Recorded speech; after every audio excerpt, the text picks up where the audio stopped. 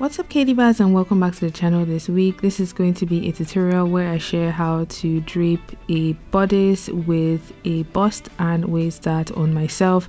So this is something you can do on yourself if you don't have a mannequin, to create your own basic bodice that has these darts. If you'd like to see how this was made, make sure to keep on watching. Don't forget to give this video a thumbs up and subscribe if you haven't joined the Katie Baz fam already.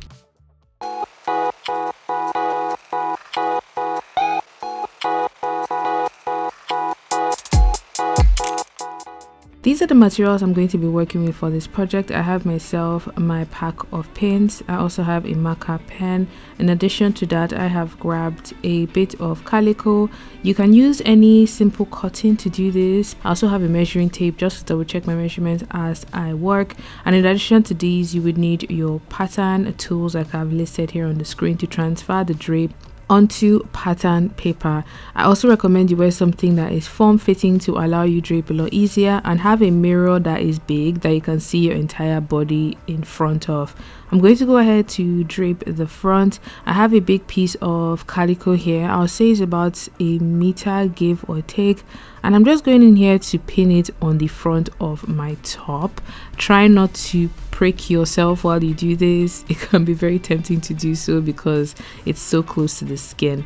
Now I'm going to pin it in such a way that I pin along the neckline, along the shoulder, and along the side. The main aim is your body is your mannequin. That's the whole point of this video, because I know not everyone is able to afford a mannequin, and if you want to get a fitted bodice that sits really nicely on you, this is a great way that you can achieve that.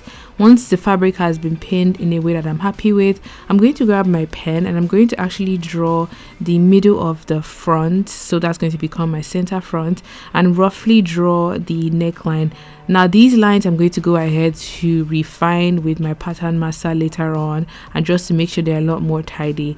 I'm going in here to draw around the arm curve on the front and down the side seam on the side, and the hemline I kind of want it to sit just above my hips, so it's not as long as my original basic bodice pattern, because my hope is that I can develop this into a waistcoat or a structured blazer later on.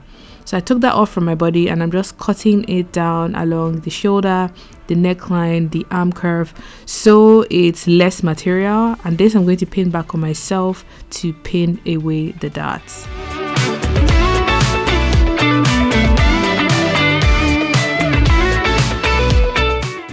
This is what the piece is looking like so far. I'm just going to align this on my body on the front and pin it again, so along the shoulder, neckline, the front, and here is how it's sitting. From this you can already see that there's excess material around the waist and around the armpit area here, so I'm going to pin away that part to become the bust dart. This I'm just going to pin up until around the point where my bust point is, and then I'm going to go to the waistline and repeat the same.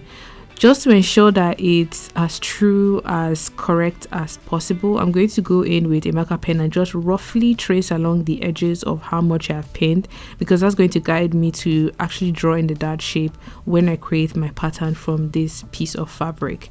Now I'm going to go to my waistline and I'm going to pin the dart. I want it to sit underneath my bust, so I could possibly connect these two darts to make a princess seam if I wanted to with this pattern later on. And once I have the pin around the waist, around the top and the bottom area, like I did with the bust dart, I'm going to grab my marker pen and just roughly, draw some dashed lines around the darts, so I know how much I am going to be taking away from this dart along this part of the body.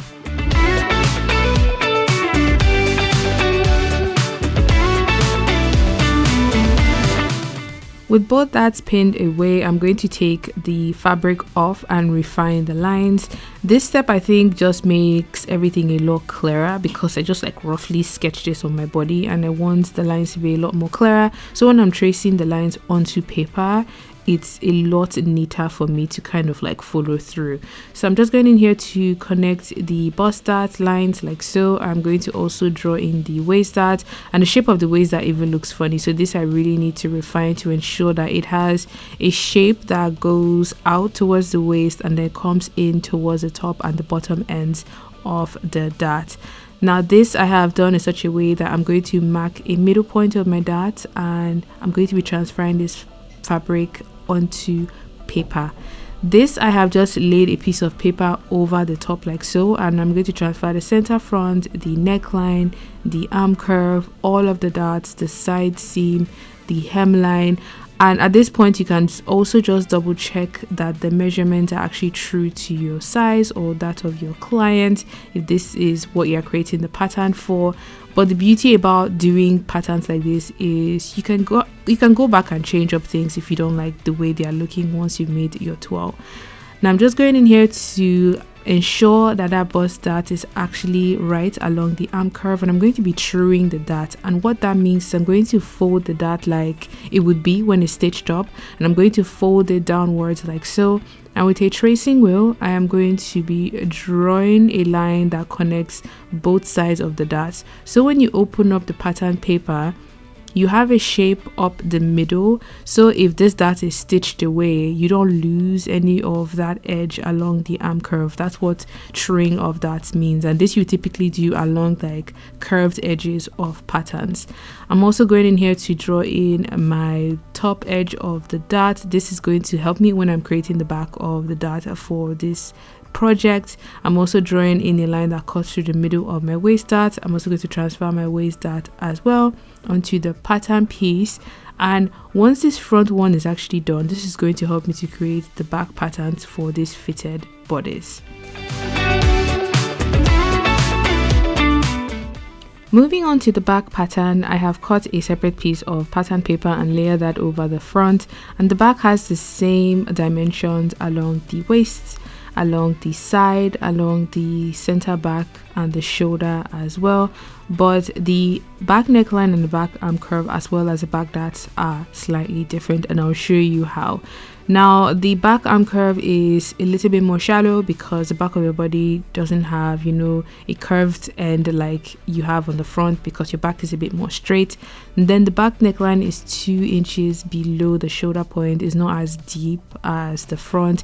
And this is just for a basic bodice. If you want it more stylized, you can have the freedom to do so at this point. And then I also added some notches for the back arm curve to differentiate it. The back dart is 1 inch taller upwards compared to the front, and that is just to get rid of any little bit of excess that would be on the back of the bodice, so it's just nice and smooth, but the bottom is essentially the same.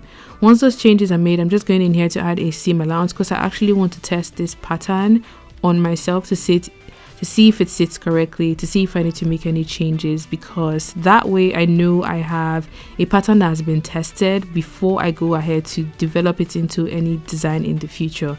So I did the same for the front in terms of adding seam allowance, added my grain lines and annotations, and this would be like a UK size 10 pattern. So I've done the front and the back, and with these patterns done, I'm actually going to be cutting what we call a toile just to test the patterns. Now I've pinned this onto some calico, and I'm just going to cut my back piece on a fold because I just want to just wear it to see how it fits and sits on my body. But the front I'm actually going to cut open, so that's how I'm able to get in and out of the toile once it's all stitched up.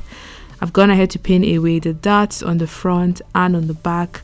I'm going to join the shoulder seams and the side seams to just connect everything together, so I have a finished piece that I can put on my body to see how it actually sits.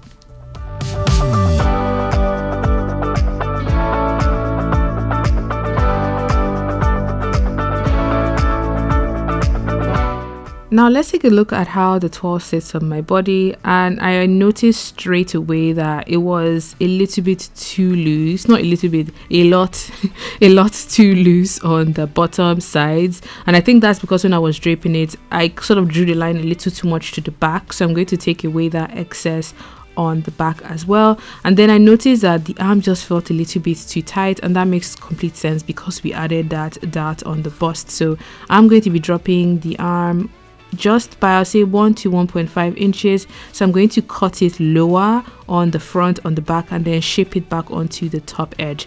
Those changes I'm going to go ahead to make on the toile and then transfer the changes to the pattern, and this is what the toile looks like.